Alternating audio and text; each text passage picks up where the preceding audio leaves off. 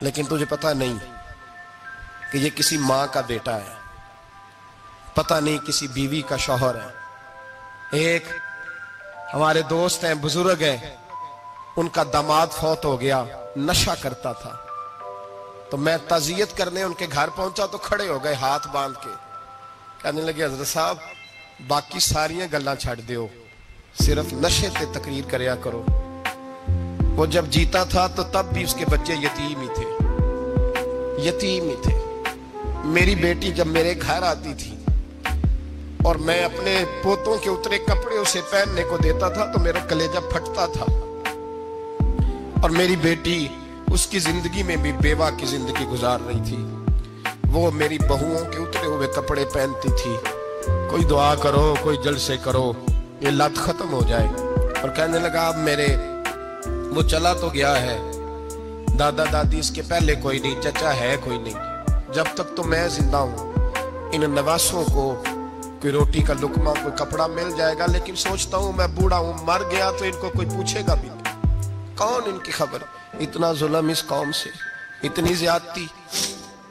और आराम से लिख कर लोग गुजर गए कि ये 70 लाख है, इनका दर्द तो समझो, तकलीफ तो समझो। 7 फुट का सोना जवान और नशे का आदी है तो किसी नाली में पड़ा हुआ है।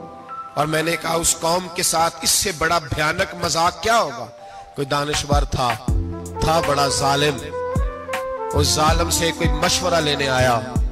उसने आके कहा तू बड़ा जालिम है, बड़े कड़वे मशवरे देता है, मेरा एक दुश्मन है, मैं उससे बदला लेना चाहता हूं, मेरा दिल करता है उसका बच्चा कत्ल कर दूं ताकि वो तड़पे। तो जालिम ने कहा उसे कत्ल न कर, वो तो उसका बाप 2-4 महीने रो के चुप कर जाएगा। तो फिर मैं सख्त सजा देना चाहता हूं, मशवरा दे। तो उसने कहा उसके बच्चे को नशे पे लगा दे। जिसका बच्चा नशा करेगा वो बाप रोज मरेगा, रोज जिएगा, वो माँ रोज मरे जिएगी, नशे पे लगा दे।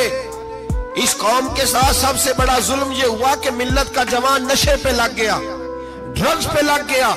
इतने तबाह हालात हुए कि जवान चढ़ती जवानियां, अम्मा ने किताब दे के भेजा था और कॉलेज से वापस आए तो नशे के टीके हाथों में पकड़े हुए, टीके।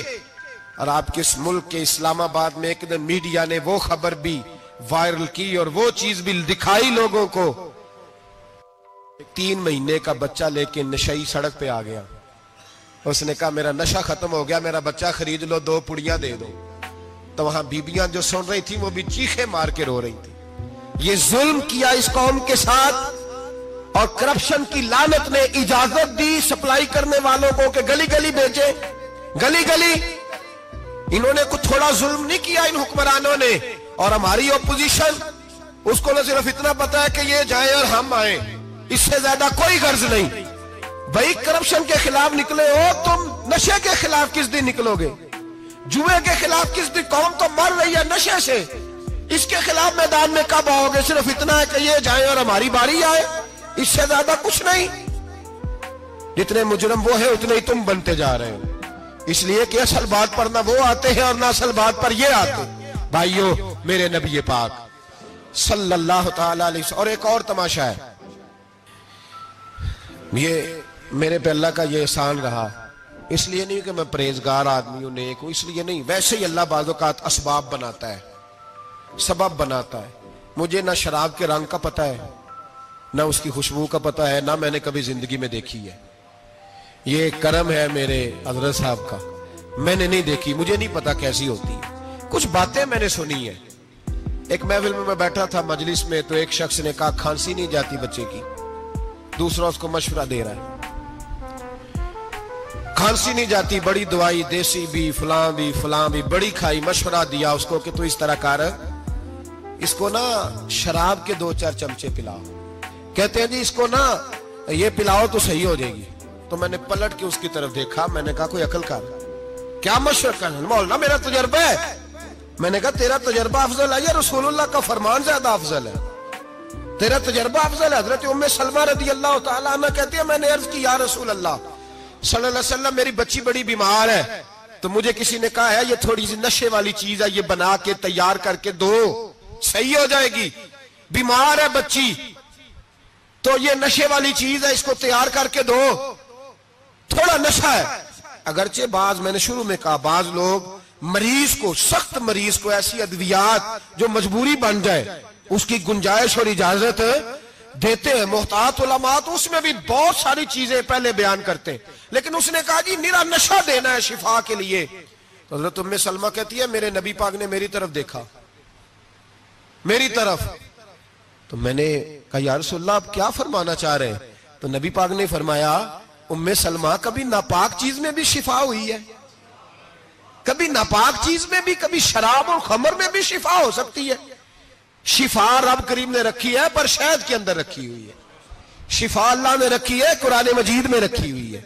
तो इसमें भी कभी ये हुजूर ने बयान किया है कि इसके अंदर शिफा हो सकती, तो उम्मत कितनी दिलेरी करती है जो ये मशवरे देती है कि उसके अंदर नशा है, शराब है, तो खांसी चली जाएगी तो फलानी बीमारी चली जाएगी।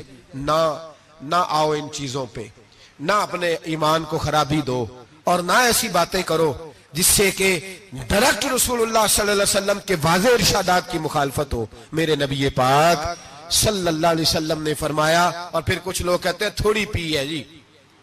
अब तो मैं तज्जिये में पढ़ रहा था कि ऐसी शराब इजाद हो गई है, लोग शराब पीते हैं और वो मस्त भी रहते हैं, कार भी चलाते रहते हैं, कहते हैं जी नहीं हमारा ज़हन माऊफ नहीं हुआ तो ये वाली सही है, नशा नहीं लाती। मेरे नबी पाक सल्लल्लाहु अलैहि वसल्लम ने फरमाया जिस चीज की थोड़ी मिकदार, ज्यादा मिकदार हराम है उस चीज की थोड़ी मिकदार भी हराम है, जिसकी ज्यादा मिकदार हराम है उसकी थोड़ी भी।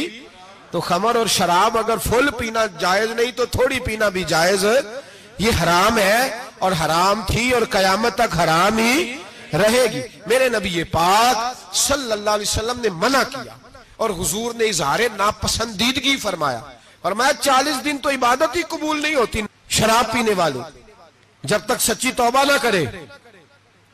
एक दिन सहाबा बैठे थे सारे, हजरत अबू बकर सिद्दीक भी थे, फारूक आजम भी थे, उस्मान गनी भी थे, ढेर सारी तादाद थी सहाबा की, सारे तशरीफ फरमा थे।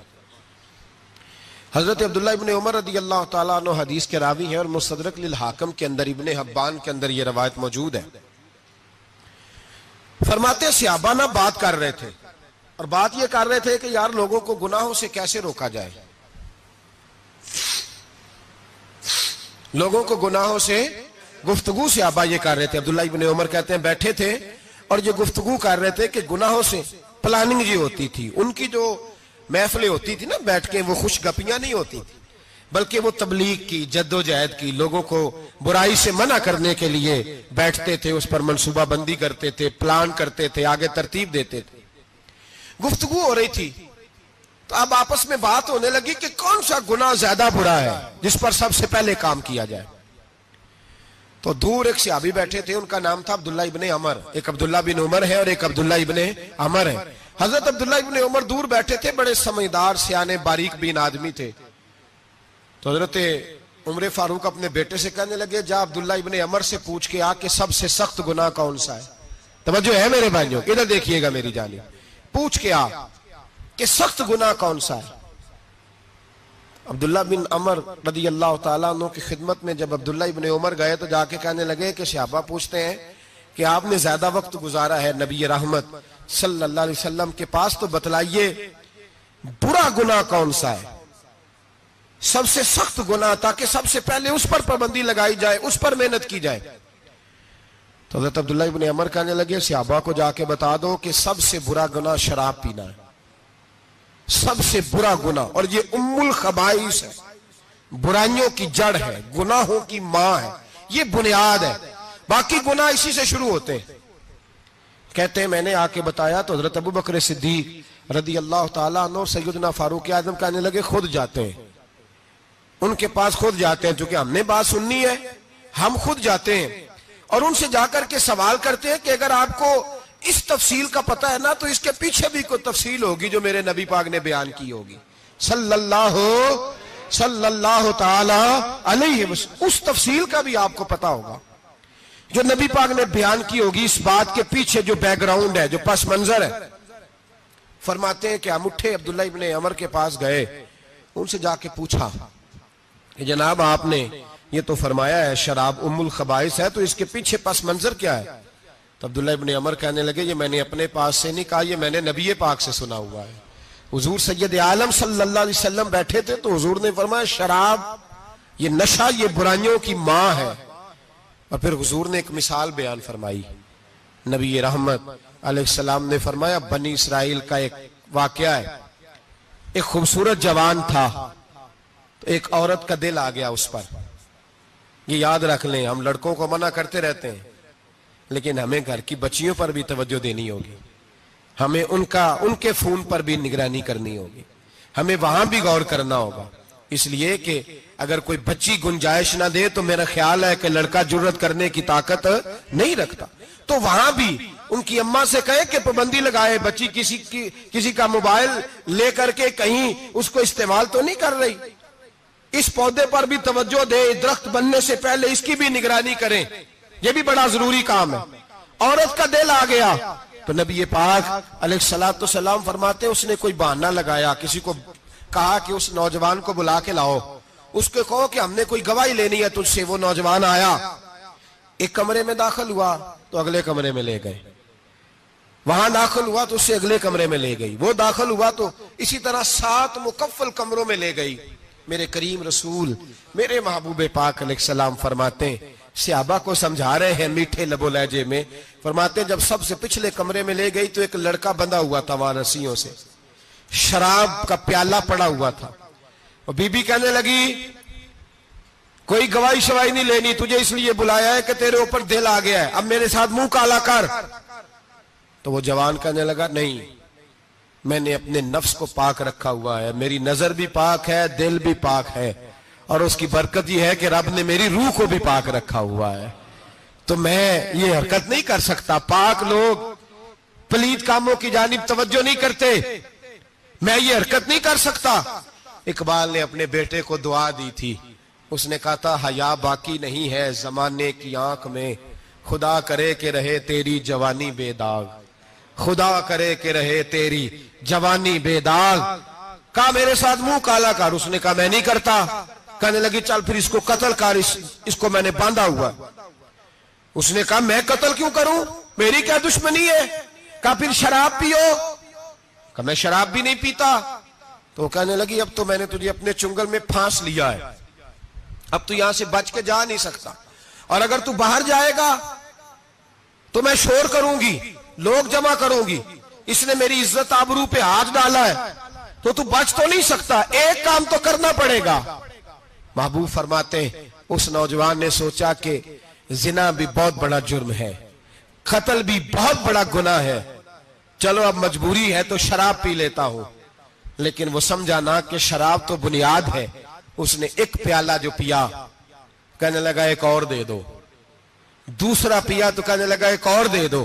अब 3 प्याले 3 बोतलें शराब जो पी चुका तो खुमारी चढ़ गई। अब उस औरत के करीब जाने लगा कि मैं तेरे साथ जिना करूंगा। उसने कहा जब तक मैं करीब नहीं आने दूंगी जब तक तू इसे कत्ल न करे। उसने उसे कत्ल भी किया, जिना भी किया। तो महबूब फरमाने लगे, ये कत्ल और जिना जो हुआ है तो ये शराब की वजह से हुआ है। गोया शराब वो जुर्म है जो कत्ल भी कराएगी, जो जिना भी कराएगी।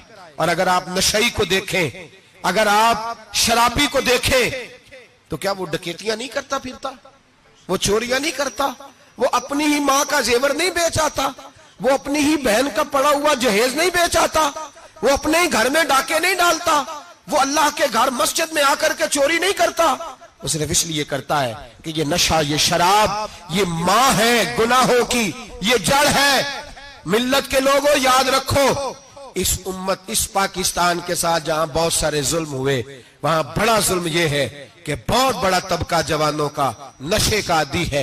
वो नशा इन्हें इश्क मजाजी और औरतों के इश्क की जानिब ला रहा है। वो नशा चोरियां करा रहा है, कत्ल करा रहा है, डकैतियां करा रहा है। बहुत बड़े जालिमों ने बहुत बड़े हाउस बनाए हुए हैं जिनके अंदर शराब फराम की जाती है, नशा दिया जाता है। मैंने तो ऐसे ऐसे लफ्ज सुने कि इलेक्शन के दिनों में वोट लेने की खातर सियासतदान इन्हें नशा फराम करते हैं, इन्हें बांध के रखते हैं, रोज तुम्हें पुड़िया मिलेगी, वोट हमें डालना। इतना जुल्म, इतनी ज्यादती, इतना जबर, एक इंसान के साथ खेलना। लौट आओ, पकड़ो इनका दामन, अपने घरों को बचाओ, अपने दोस्तों को बचाओ। जागो जागो उम्मत के लोगों, जागो।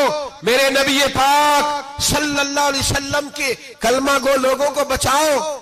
इन पर अगर सख्ती करनी पड़ती है तो करो, प्यार करना पड़ता है तो करो, मेहनत करो, जद्दोजहद करो।